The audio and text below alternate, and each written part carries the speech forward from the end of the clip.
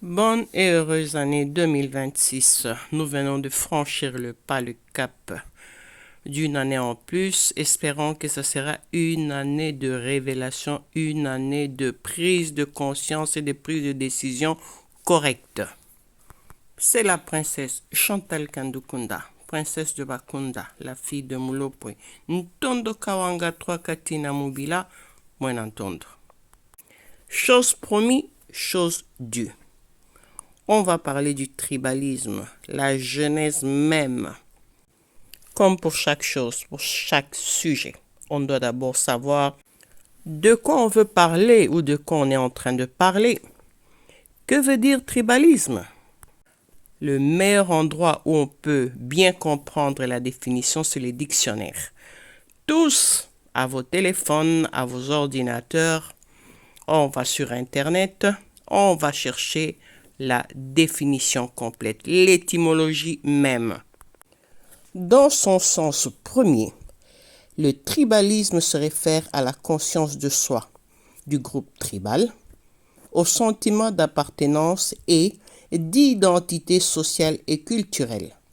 Le tribalisme exprime une réalité complexe à la fois culturelle, idéologique et politique. Il désigne aussi le système socio et culturel qui met l'accent sur l'importance de l'ascendance, de la parenté, de la langue et des pratiques culturelles partagées au sein des sociétés autochtones. On entend par autochtones les originaires, les gens des lieux, l'appartenance même. En des termes plus simples, c'est la marque déposée des lieux, de propriété terrienne. C'est pourquoi nous, on chante toujours Yoto Fila Intanda, ya Chilevankambo. Donc on se bat pour les terres que nous ont léguées nos ancêtres. Remarquez, quand on se bat, c'est-à-dire que on est contre un adversaire. L'adversaire, qu'est-ce qu'il veut? Avoir ce que tu as pour se battre. C'est pourquoi on l'appelle adversaire. Parce qu'il veut t'arracher ton bien, ton dû, ton acquisition, tes origines. En résumé, tout ce qui est à toi, il veut juste se substituer à ta personne parce qu'il convoite. Ces gens-là utilisent souvent la malice. Ils viennent d'abord comme amis pour bien connaître tes habitudes, tes forces et tes faiblesses. Ensuite, ils commencent à te montrer leur vraie face. Tous les moyens sont bons pour y arriver, surtout les meurtres, les assassinats, la guerre, la famine. Ils vont faire tout pour te mettre à genoux. C'est là aussi que la politique de remplacement entre en ligne. Le tribalisme désigne un type d'organisation sociale qui est fondé sur la tribu. Il est relativement souvent employé de manière péjorative, ça veut dire négativement.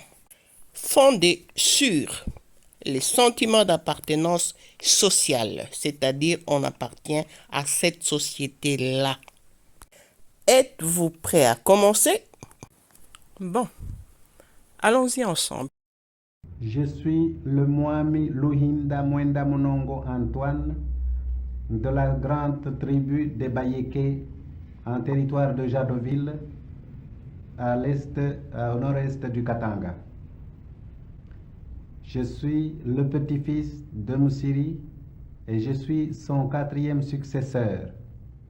Ce Moussiri avait fondé ici au Katanga un grand empire, lequel empire a été détruit après sa mort. Maintenant, il ne me reste plus qu'une grande chefferie, à peu près les 2/3 de la Belgique. Cette chefferie est moins habitée. Ça fait juste mal à la tête de l'écouter. Bon, allons-y étape par étape. Étudions chaque mot qui sort de sa bouche et on tirera chaque fois des petites conclusions pour voir jusqu'où nous allons.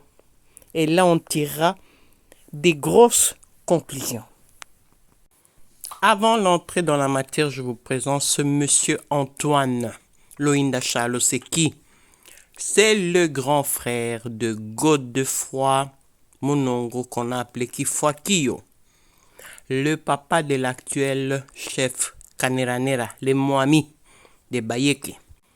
Donc, l'oncle de Madame Dominique Monongo Inamwizi et de Odile Monongo Luebo, qui vit en Californie, la petite tribaliste à fond, la princesse Carabou. Les principaux acteurs de l'histoire que je suis en train de vous raconter maintenant. Écoutez attentivement jusqu'au bout. Donc, les principaux acteurs de l'histoire qui va suivre, c'est-à-dire tous enfants de Monongo Godefroy, alias Kifuakio, le balayeur des Balubakat. C'est documenté dans les archives de notre beau pays, la République démocratique du Congo. Revenons à nos moutons. Que dit Monsieur Antoine Loinda Chalo? Devant qui est-il en train de parler et pourquoi?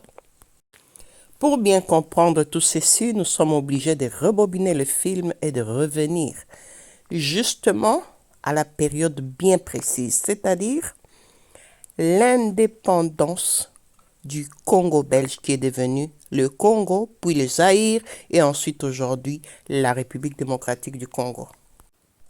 Sur la photo, vous voyez le roi Baudouin devant un monsieur qui est le même que celui qui parle maintenant, monsieur Antoine Loinda Chalo.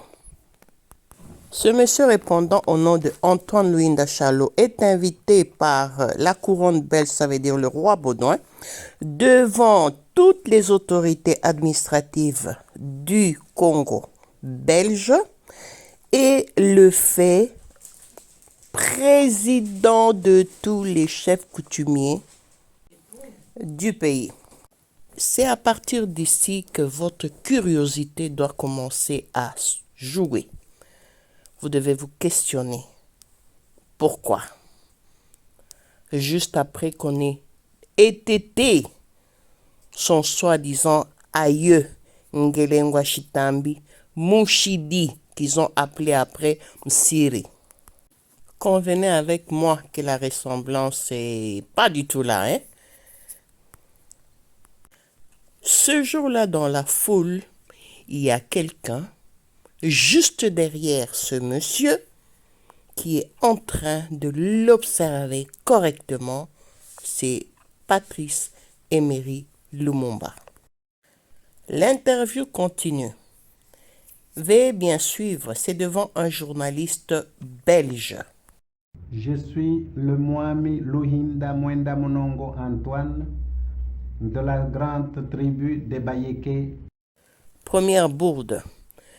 Dans cette région-là, il n'y a pas de Moami. Il y a les Balopwe, les Mfumu et les Moantes.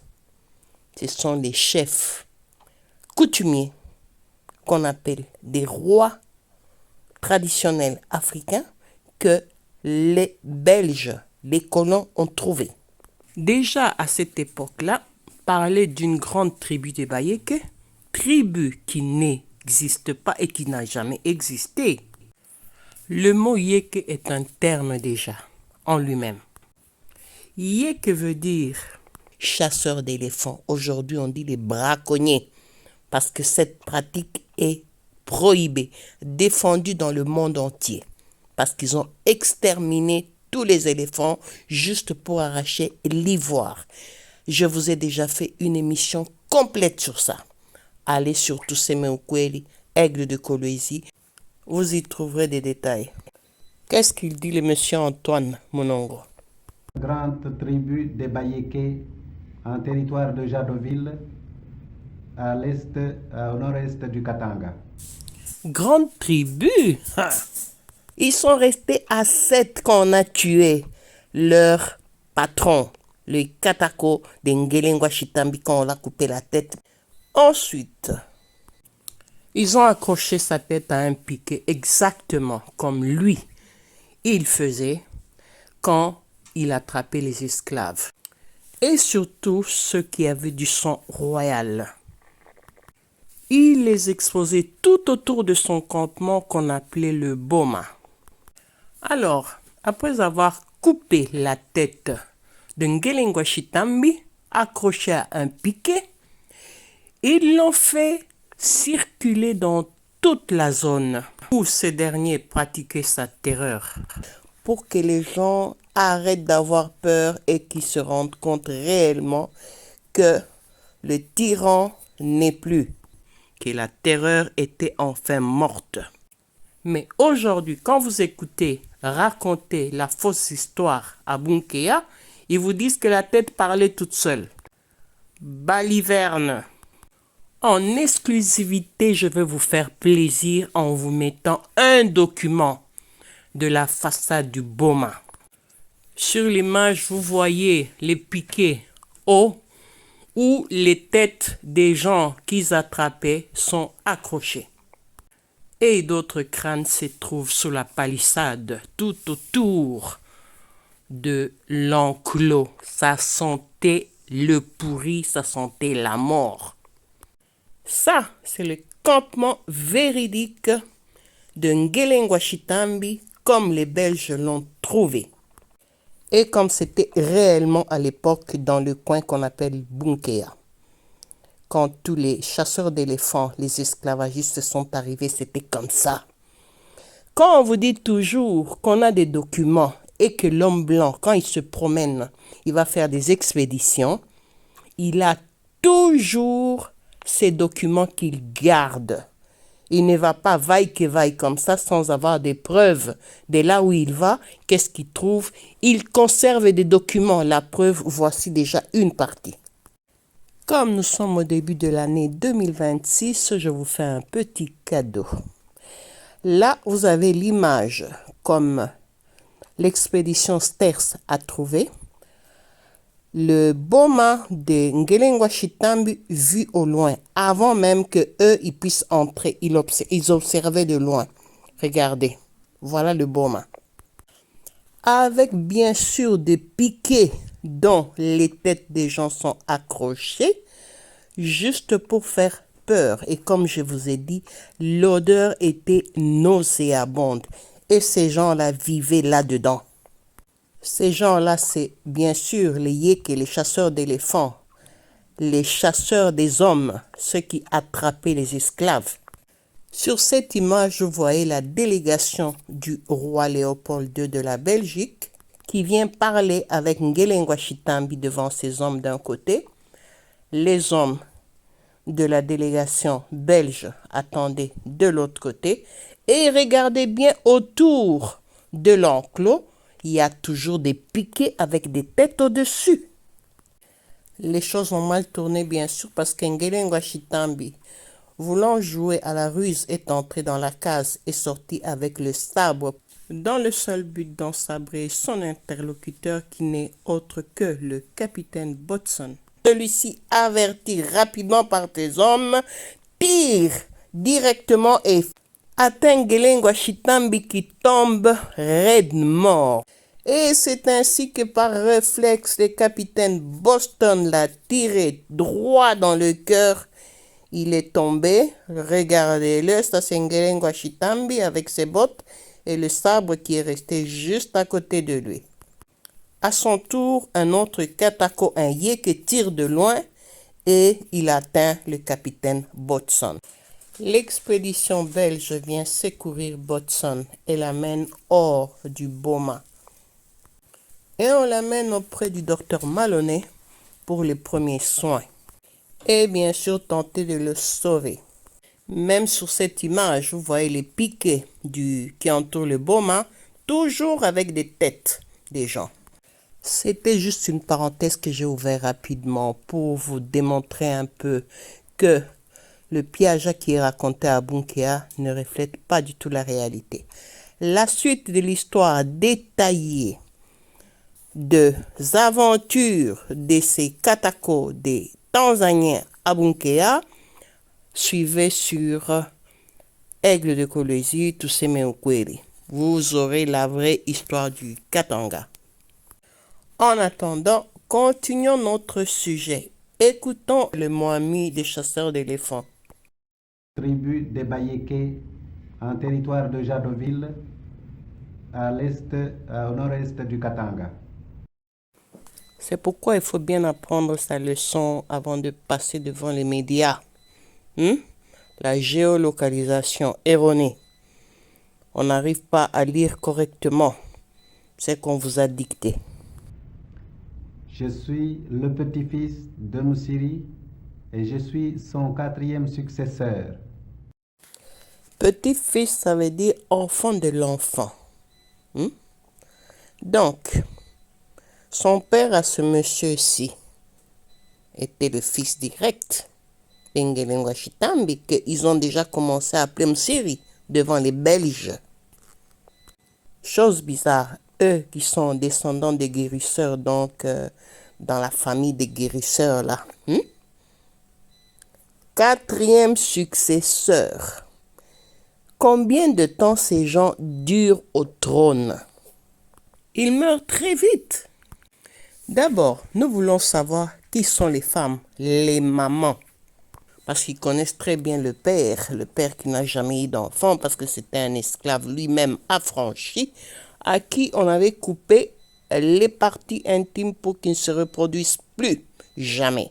On appelait ça des eunuques. Ça, c'était Ngelengwa Chitambi, c'est pourquoi il était très méchant.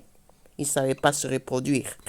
Alors eux, les Yéké, les faux descendants, les chasseurs d'éléphants, les braconniers, viennent déjà commencer à pondre une histoire à l'eau de rose pour vous dire que ce type s'est marié et il s'est marié à plus de 300 femmes. Donc tous les villages, c'était ses enfants. Il était très fertile, n'importe quoi. Et comme par hasard, sa soi-disant femme préférée, la métisse de Benguela, de Fonseca, celle qui a demandé qu'on lui coupe la tête et qu'on la fasse circuler, celle qui a choisi un enfant de la troupe Mukanda Bantu pour qu'il remplace ce monsieur. L'histoire nous dit tout, la vraie histoire.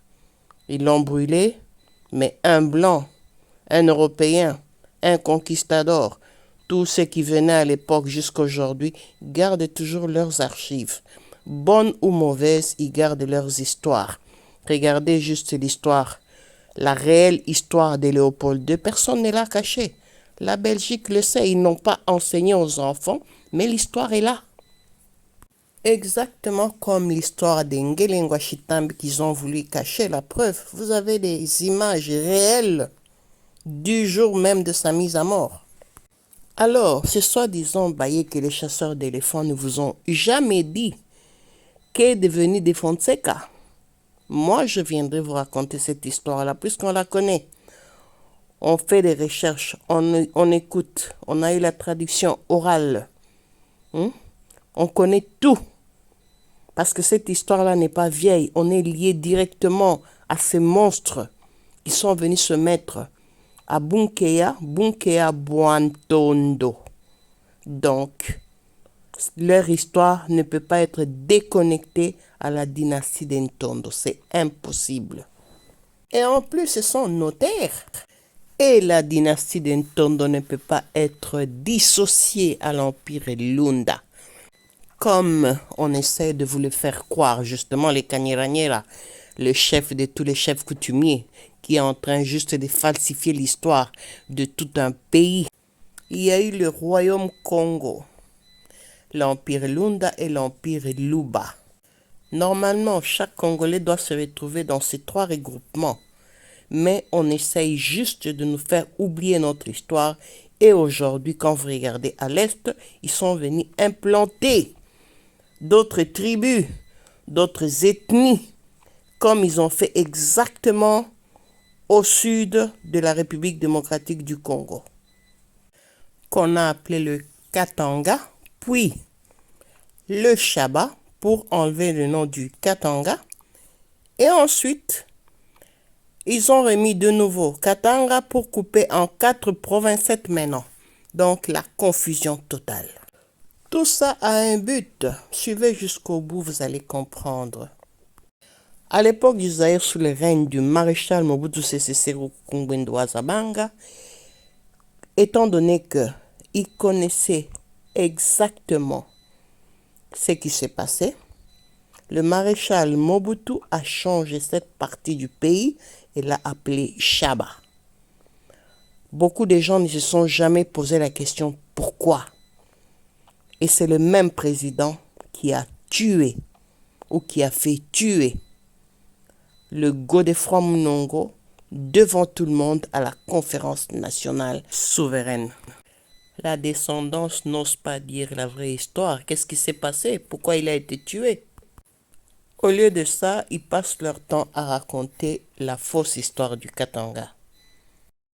Ce Musiri avait fondé ici au Katanga un grand empire, lequel empire a été détruit après sa mort. Donc, si on a bien écouté, les Tanzaniens viennent attraper les esclaves, voler le cuivre et chasser l'éléphant, sans oublier d'amener les esclaves à Zanzibar.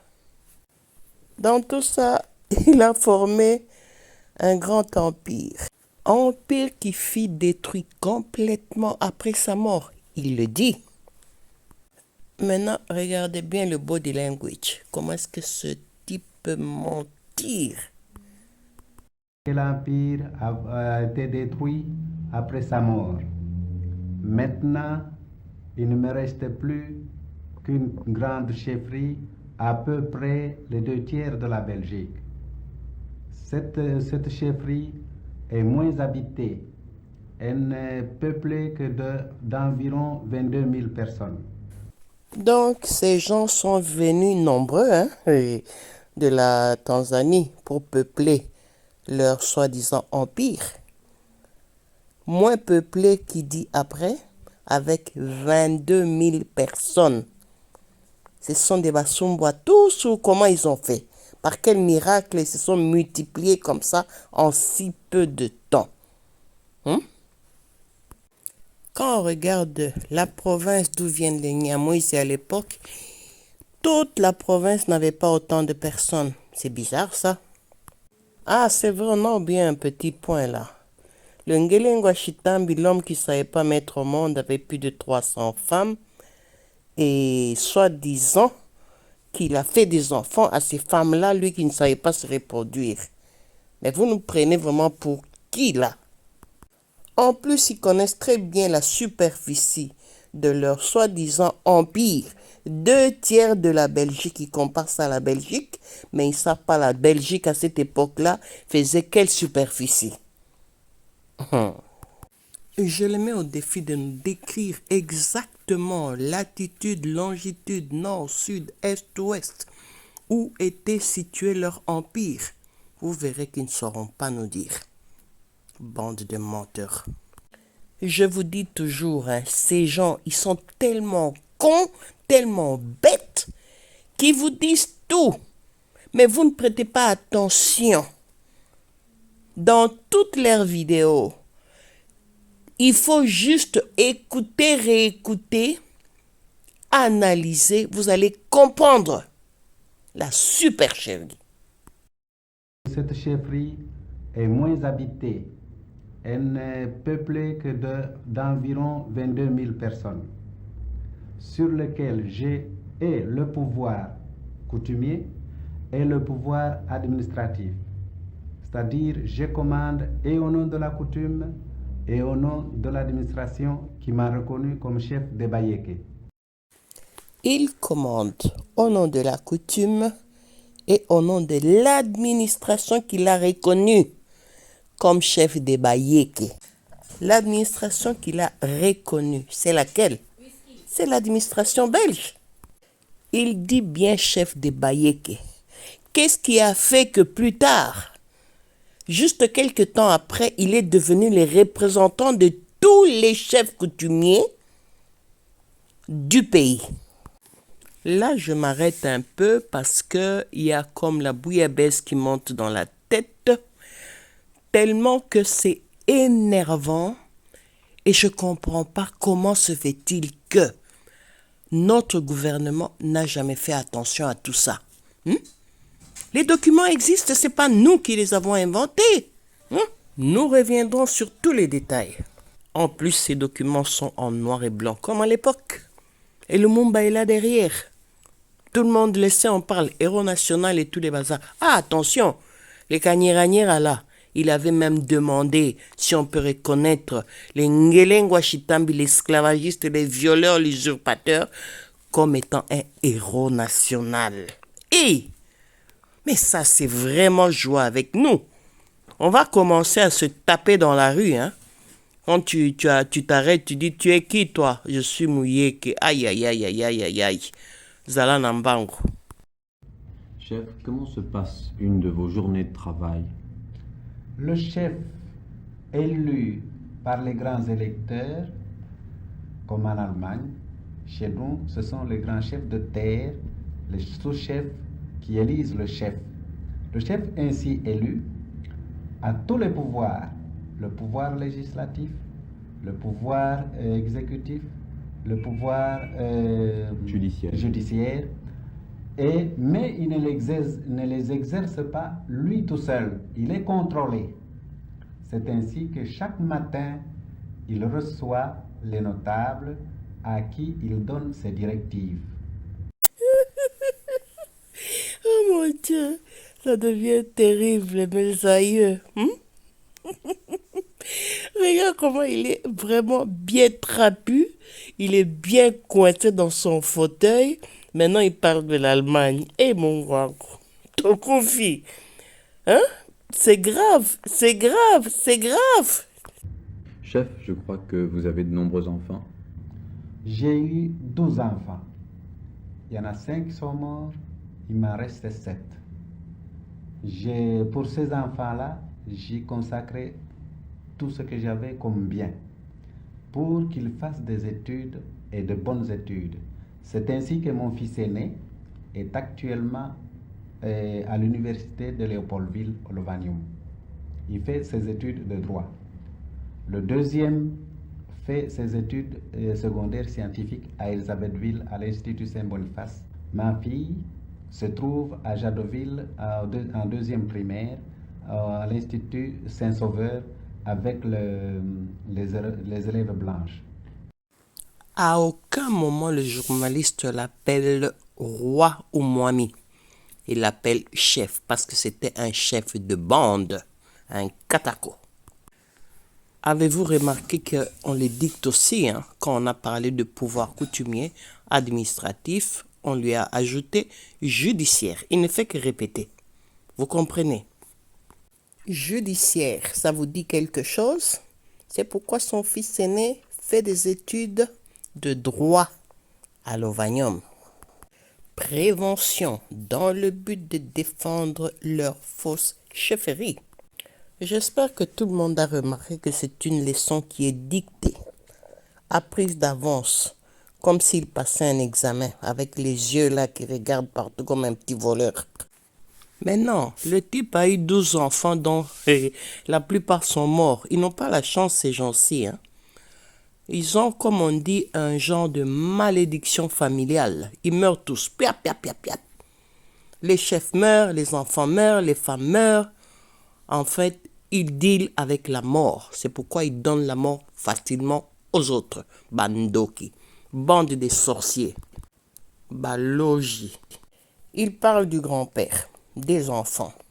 Il oublie de parler de sa femme, de sa maman et de son père. Tout le monde dans la région connaît l'histoire de son père. La maman, on ignore. Maintenant, je vais vous expliquer qui était le père en question. Étant donné que ce monsieur Antoine Munongo est le frère direct de Godefroy Munongo, Shombeka Kifuakio, c'est-à-dire, je parle de leur père, le papa commun des deux. Pour bien comprendre l'histoire de Bunkeya, ses chefs, ses coutumes, d'où ils viennent et tout, il y a quand même des gens honnêtes qui ont fait des recherches, dont ce thèse fait à l'université de Leiden. Ici, c'est marqué 1963, donc c'est-à-dire la date de début de recherche, mais publié en 2014, au mois d'avril le 30, dont l'auteur est Kalengangoy Pierre Célestine. Le titre, c'est Bunkea et ses chefs, évolution sociale d'une ville précoloniale de 1870 à 1992. Ça vaut vraiment la peine de la voir. C'est un livre de plus de presque 400 pages que je peux vous envoyer les liens, ou le livre en PDF, c'est encore mieux. Comme ça, une fois que vous l'avez, vous pouvez avoir presque toutes les informations de cette communauté qu'on appelle les Basumbois. Et même ce qu'ils cachent, vous allez les trouver dans ces recherches-là aussi. Ne vous inquiétez pas, hein? On fait des recherches pour vous, alors soyez calmes. Ne sautez pas vite aux conclusions, mensonges et tous les bazars, non. Instruisez-vous. Voilà déjà un livre qui va beaucoup vous aider. Et je vous le donne gratuitement pour aider un peu à votre mémoire, à votre mental de comprendre dans quoi on vous a mis le mensonge qu'on vous a raconté autour de l'histoire d'Ngelengwa Shitambi qui est devenu Msiri. Et bien sûr d'autres mensonges qui tournent autour de cette supercherie qui a mis notre pays dans tous les problèmes qu'on connaît aujourd'hui. Ça, je vous réserve toute une émission sur ça, pour aider aussi à votre mental de réfléchir et de voir le comment du pourquoi. On dit toujours, au commencement était l'action. L'action, c'était quoi? Le papa s'appelait Mutampuka. Voici l'histoire de cet homme qui était aussi le grand-père de Madame Inamuisi Munongo Dominique, de la princesse Carabou Odile Munongo Luebo qui vit en Californie avec l'argent de la redevance minière. Elle ne travaille pas bien sûr, elle passe ses journées dans son fauteuil à mandater les gens en envoyant l'argent bien sûr à ce partenaire Katakatanga et indépendantistes qui sont restés au pays dans le but de chasser le Kassaïen en poussant cette haine viscérale plus loin, ce qui a provoqué et continue à provoquer automatiquement les éliminations physiques. Et sans oublier les grands tous les menteurs, les manipulateurs, les usurpateurs de pouvoir, les usurpateurs d'identité, les Tanzaniens en chef, Kanyeranyera, que l'on appelle aussi par les esclaves Sa Majesté le roi des chasseurs d'éléphants. Écoutez bien l'histoire que je vais vous raconter maintenant qui se passe durant la période coloniale. Plus précisément vers la fin des années 1953. N'oubliez pas qu'à cette époque-là, nous étions encore une colonie belge. Et c'est la Belgique qui dirigeait les autochtones. Le colon avait tous les droits sur la population. Même celui de leur mettre les chefs que eux, ils désiraient, le chef qui travaillait pour le colon. Comme c'est le cas de Antoine Luinda Chalot. Vous allez comprendre en suivant cette émission jusqu'au bout. C'est aussi à cette époque-là que beaucoup de chefferies se sont vues effacer, donc disparaître, tandis que d'autres tournaient en secteur, et c'est l'administration belge qui gérait le tout. Revenons en 1953. Comme d'habitude, l'autorité belge fait sa tournée dans différents villages. Elle arrive à Bunkea. Quelle surprise! Il découvre une casserole sur le feu, la casserole de M.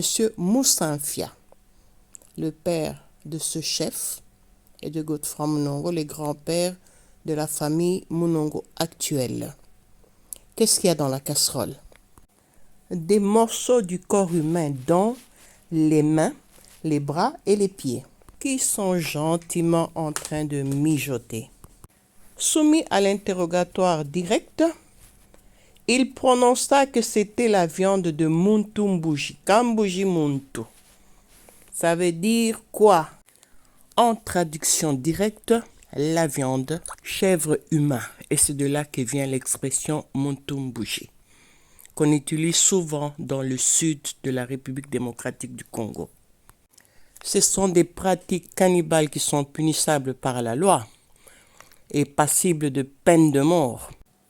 Pour parer à tout ça, c'est pourquoi vous voyez que quand ils font leur fête à Bunkeya, ils mangent beaucoup la viande de chèvre. Ça vient de là.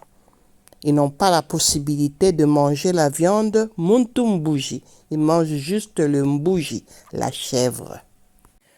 C'est ce qui est dit publiquement, parce qu'il l'écrit ouvertement, que durant leur fête, ils mangent beaucoup de chèvres. Mais avec la disparition des humains qu'il y a dans cette région-là, qui dit que cette pratique est oubliée? Il faut juste des investigations approfondies. Ne dit-on pas chasser le naturel revient au galop? Puisque déjà Ngelengwa Chitambi, il bouffait le cœur humain. Il mettait juste la main dans la poitrine de celui qu'on venait de tuer, le trempait dans le pombe et ingurgiter. Cela fait partie de leur croyance. Ils pensent qu'ils prennent directement la puissance du mort. Revenons à Moussanfia. Après la découverte de morceaux de viande dans la casserole, on a découvert qu'il y avait disparition d'un enfant dans le village. Et on a aussi compris que ce monsieur était anthropophage. Ça veut dire qu'il bouffait la chair humaine. Arrêté de suite, bien sûr, et transféré à la prison camp de génie, à Jadoville, qui est l'actuel Likasi. Il est jugé et condamné à mort. Ils ont aussi remarqué que ce genre de pratique se faisait souvent dans le coin. Ça veut dire à Bunkeya, les gens consommaient beaucoup la chair humaine. Pour arrêter et décourager ce genre de pratiques, l'administration coloniale a décidé de tuer Moussanfia par pendaison. Le corps fut rapatrié à Bunkeya pour enterrement, dans le silence bien sûr. Cette histoire macabre s'est passée en 1954. Histoire que les écrivains de Bunkeya ont volontairement effacée dans la Genèse, mais histoire qui se retrouve dans la vraie histoire du Katanga, dans les archives des colons et de tout ce qui a fait partie de l'expédition du Congo belge de l'époque et qui prenait des notes comme c'était l'habitude et c'est toujours l'habitude de l'homme blanc. Voilà l'histoire du père, du grand-père et de l'arrière-grand-père. Qui dit que ce n'est pas dans les gènes, il y a trop de disparitions dans ce coin-là, qu'est-ce qu'on fait avec les corps?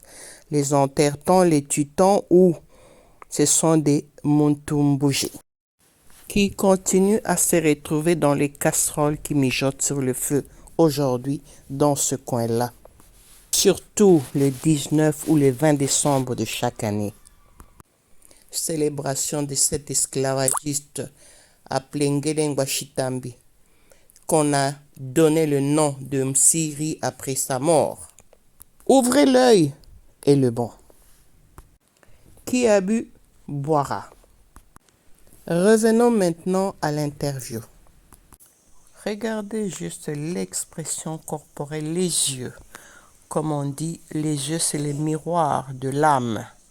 Un menteur né.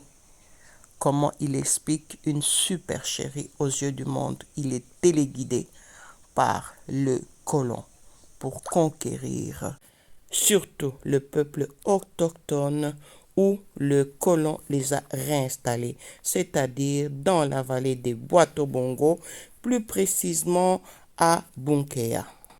Continuons à écouter l'interview. Cette chefferie est moins habitée. Elle n'est peuplée que d'environ 22 000 personnes, sur lesquelles j'ai le pouvoir coutumier et le pouvoir administratif. C'est-à-dire, je commande et au nom de la coutume et au nom de l'administration qui m'a reconnu comme chef des Bayéké. Attendez, qu'est-ce qu'il a dit? Il commande au nom de la coutume et de l'administration, qu'il a reconnu comme chef des Bayéké, et il dit qu'il est le 4e successeur. Alors, tous ceux qui sont venus avant là, 4e successeur de Moussiri. Donc, après Moussiri, l'administration belge était déjà là. Est-ce que vous comprenez quelque chose là? Donc, les autres n'étaient pas reconnus, sauf lui. Heureusement qu'on a tous ces documents, pour comparer à ce que la famille Mounongo dit aujourd'hui de la chefferie des Bayéké et de leur succession. Ça ne correspond pas à ce que ce type dit. Il faut savoir lire entre les lignes et comprendre tout. Et vous allez découvrir où est la supercherie. En plus, on les dicte. Écoutez bien la voix derrière. Exécutif, le pouvoir judiciaire. Vous l'avez bien entendu, il a dit administrativement, on l'a reconnu comme chef de qui? Des Bayéké. Les Bayéké, ça veut dire chasseur d'éléphants. Bref, c'est quoi l'administration? C'était qui à l'époque où ce type a été reconnu? C'était à l'époque belge. Et c'est le roi Baudouin qui l'a reconnu. Et comment se fait-il qu'il a été reconnu comme roi des Bayéké? Et c'est lui qui a représenté tous les rois du Congo colonial à l'époque. Cauchemar, point d'interrogation. C'est là que les Romains s'empoignèrent. Maintenant, on va aller dans le fond du problème. Comprenez quand je dis roi, c'est parce que eux-mêmes, les Basumbois, appellent leur chef roi. Ils évoluent en ajoutant les titres. Aujourd'hui, Vascos Julius Romulus Kanyiranyira devient Sa Majesté le Roi. Vous jouez vraiment avec les gens, et avec un pays tout entier dont vous n'êtes pas originaire. Vous ne perdez rien pour attendre.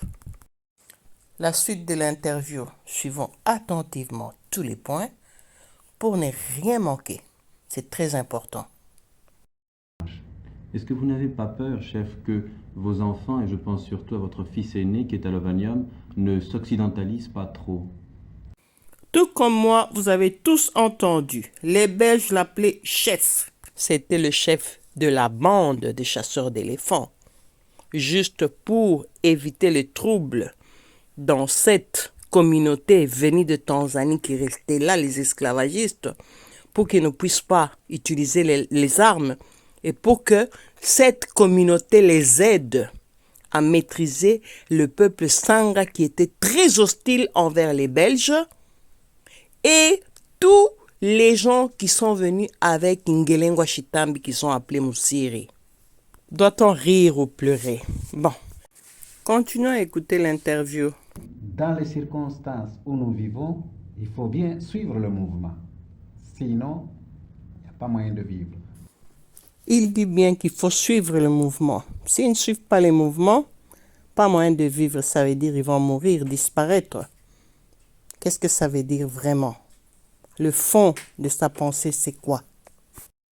Nous voyons ici, quand nous sommes avec nos amis de Léopoldville, de Kassai, ils sont beaucoup plus habiles, ils sont plus instruits, ils répondent avec beaucoup plus de facilité parce qu'ils sont bien instruits, ils connaissent mieux le français que nous, et c'est ici d'où vient leur habilité dans les discussions avec les Européens. Si nous laissons les autres aller en avant, rester toujours avec nos coutumes et sans vouloir nous progresser, nous serons toujours en infériorité. Nous y sommes.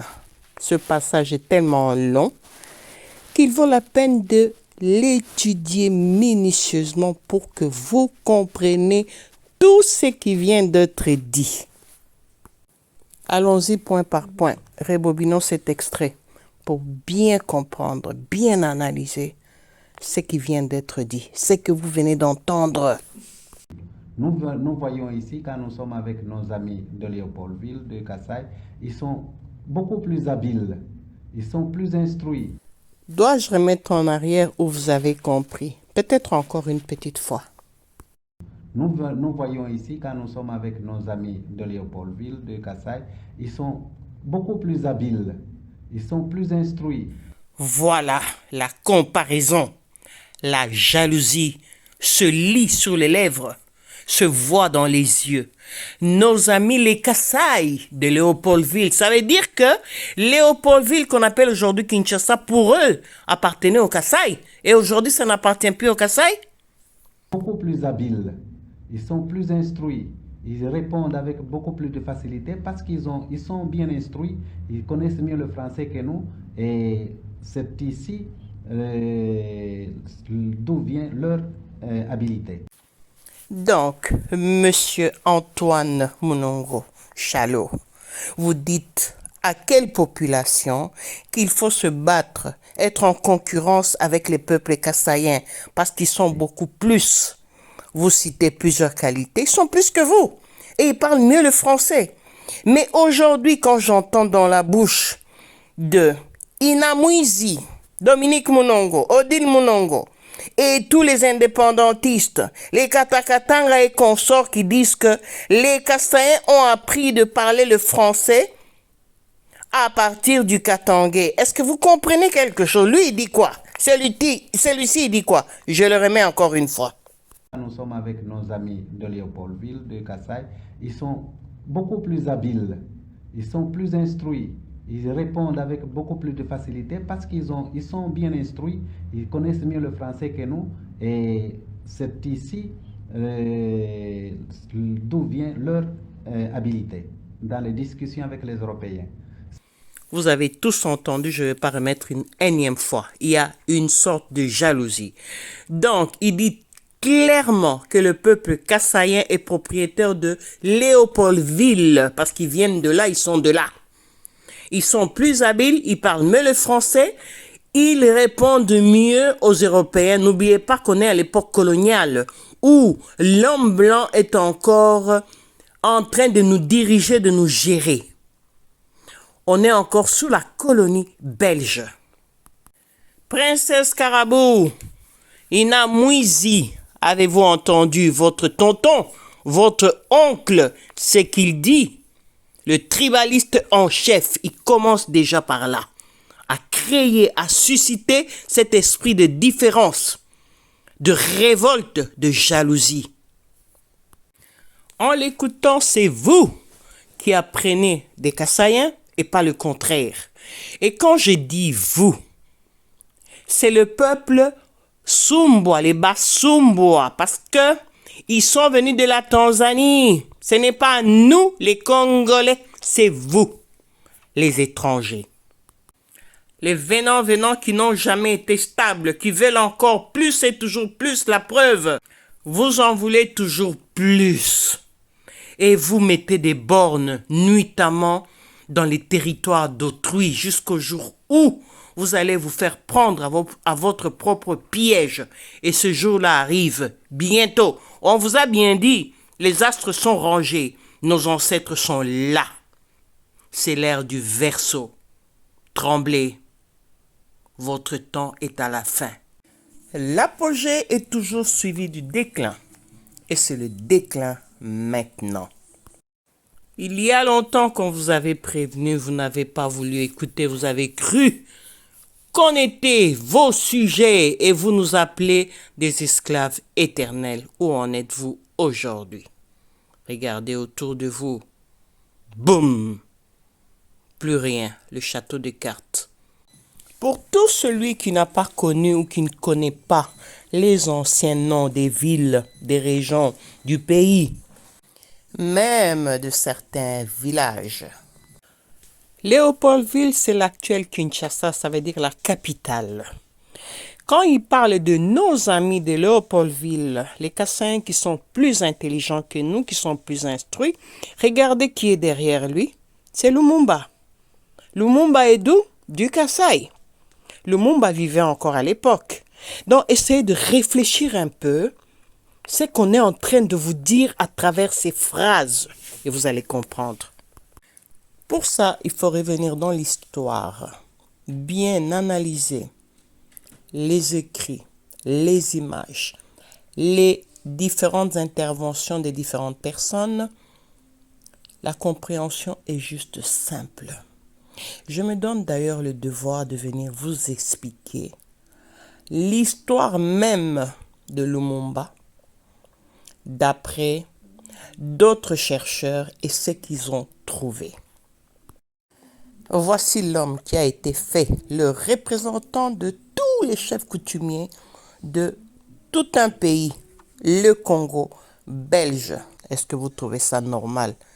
Essayez de réfléchir et Lumumba est là derrière en train de regarder, de se dire « mince alors, quelle super chérie !» J'espère que mon peuple va se rendre compte de ce que le Belge est en train de faire ici en République démocratique du Congo. Mais j'ai l'impression que personne ne voit même ce body language sur cette photo.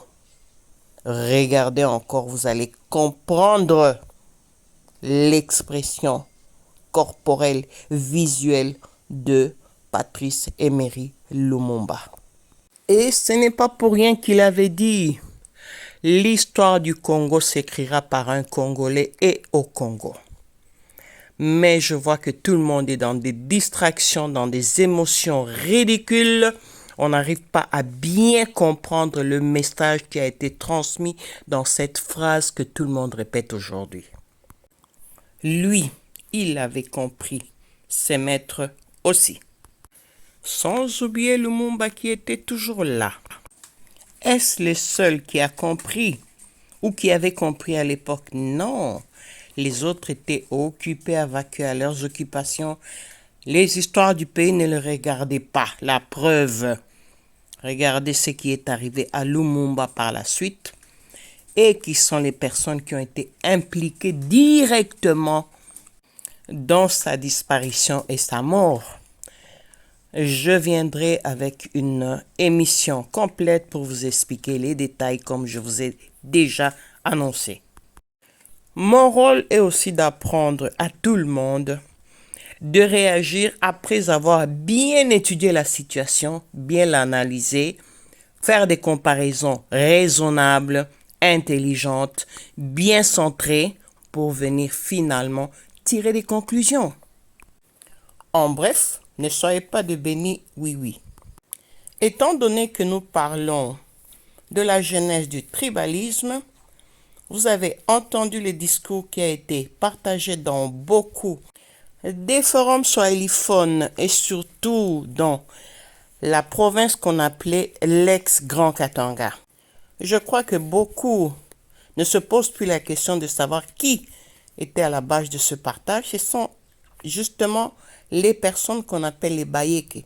En réalité, ce sont les Basumbwa tanzaniens incrustés au Katanga avec l'aide de la Belgique pour bien infiltrer le Congo en général et en particulier le peuple sudiste qu'on appelle le Katangais. Dans le but toujours de contrôler les richesses de la République qui sont concentrées dans cette région-là. Ça veut dire en quelque sorte que les Belges ne sont jamais partis. Ils sont toujours restés au contrôle à travers la famille Munongo. La preuve, ils ont doté des moyens financiers à travers ce que vous connaissez qu'on appelle la redevance minière. Créée en Belgique, bien sûr, vous ne trouvez pas ça suspect, et mise en route en 2018, juste avant le départ de l'ancien président, pour permettre à la famille Munongo d'avoir assez de moyens et de faire ce qu'ils font aujourd'hui, c'est-à-dire corrompre tout celui qui est ou qui se dit Katakatanga, Maïmaï, indépendantiste et tous les bazars que vous connaissez. Sujet qu'on a déjà débattu en long et en large sur tous ces Meukweli, Aigle de Kolwezi, TikTok, Facebook et YouTube. On peut toujours revenir dessus quand le besoin se présente. Cette vidéo a été partagée dans ces différents groupes avec comme commentaire celui, le grand chef de tous les chefs coutumiers de toute la République, donc on doit lui faire allégeance. Parce que le Katanga est une monarchie Sumbwa, ça veut dire tanzanienne. Attention, ça c'est d'après eux, parce qu'ils croient qu'on est des idiots, qu'on est toujours des esclaves éternels, et ils le répètent partout.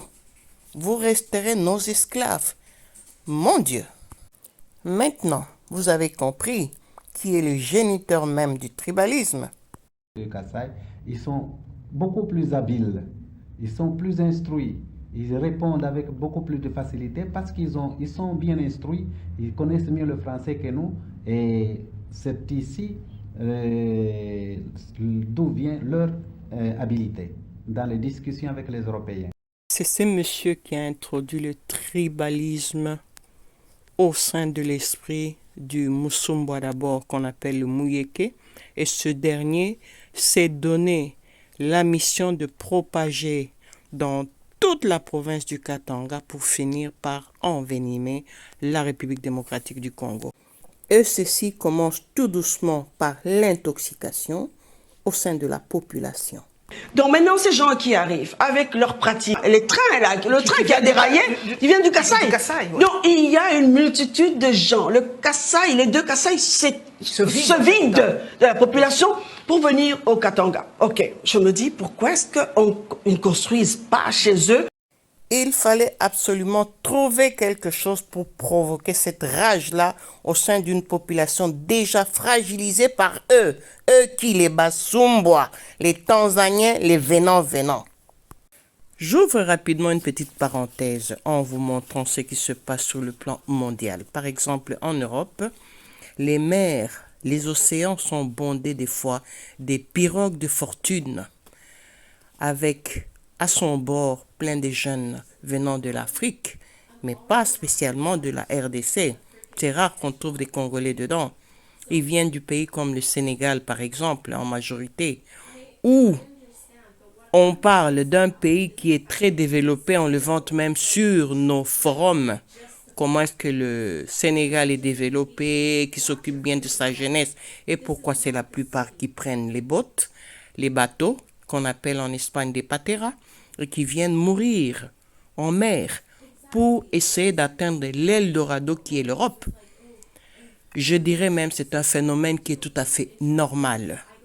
Le besoin économique, social pousse souvent la population à s'éloigner de leur territoire naturel.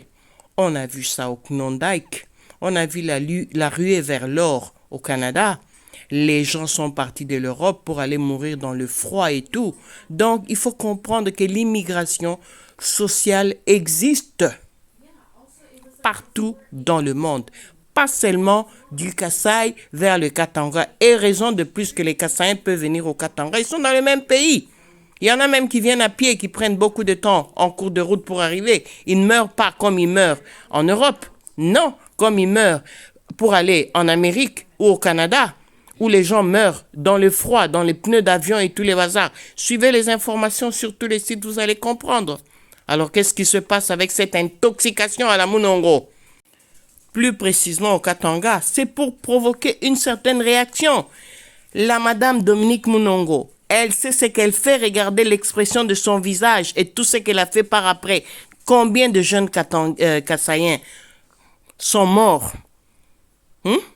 Combien des jeunes ont été tués parce qu'ils ont envoyé des gens par derrière pour aller tuer? Regardez un peu tous les drames qui se sont passés à Malemba-Nkulu. Qui sont les gens qui ont, comme on dit, orchestré ça? Il y a des vidéos, il y a des images, il y a des voices où on envoie Pierre, Paul et Jacques pour aller enlever les rails, pour, comme on dit, essayer de freiner cette migration du Kassai vers le Katanga. On a tué des milliers de personnes. Mais pourquoi on n'arrête pas tous ces gens-ci qui provoquent ce genre de génocide à ciel ouvert et qui les disent de vive voix devant les télés? Pourquoi on n'arrête pas cette femme qui est en train de propager la haine, qui est l'héritage direct de son tonton? Et durant cette interview, ils ont déjà la rédévance minière, d'où l'excès des ailes. À partir de ça, ils ont beaucoup d'argent. Malheureusement, ils privent à toute cette population ça veut dire celle de Grand Katanga, les écoles, les routes, le travail, les soins de santé. Il n'y a pas d'hôpitaux, il n'y a rien. C'est fait exprès pour que la population soit toujours la main tendue vers eux, parce que c'est eux qui détiennent la clé des solutions. Soi-disant, quand tu veux travailler dans une entreprise minière, il faut demander la permission à qui? À Kanyeranyera.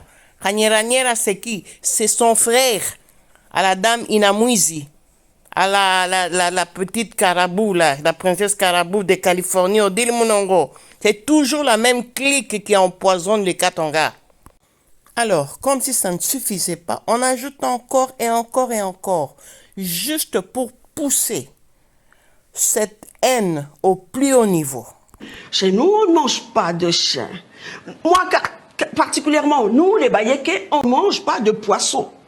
Il fallait absolument qu'elle introduise ça dans la conversation pour provoquer les gens. Qu'est-ce que ça a vraiment à voir avec la migration? On a beaucoup des hindous là-bas, à Lubumbashi plus particulièrement, qui ne mangent pas le bœuf. Mais le bœuf est cuisiné partout dans les rues. Vous voyez un peu. Donc c'est une excuse ridicule. Les Chinois sont là-bas.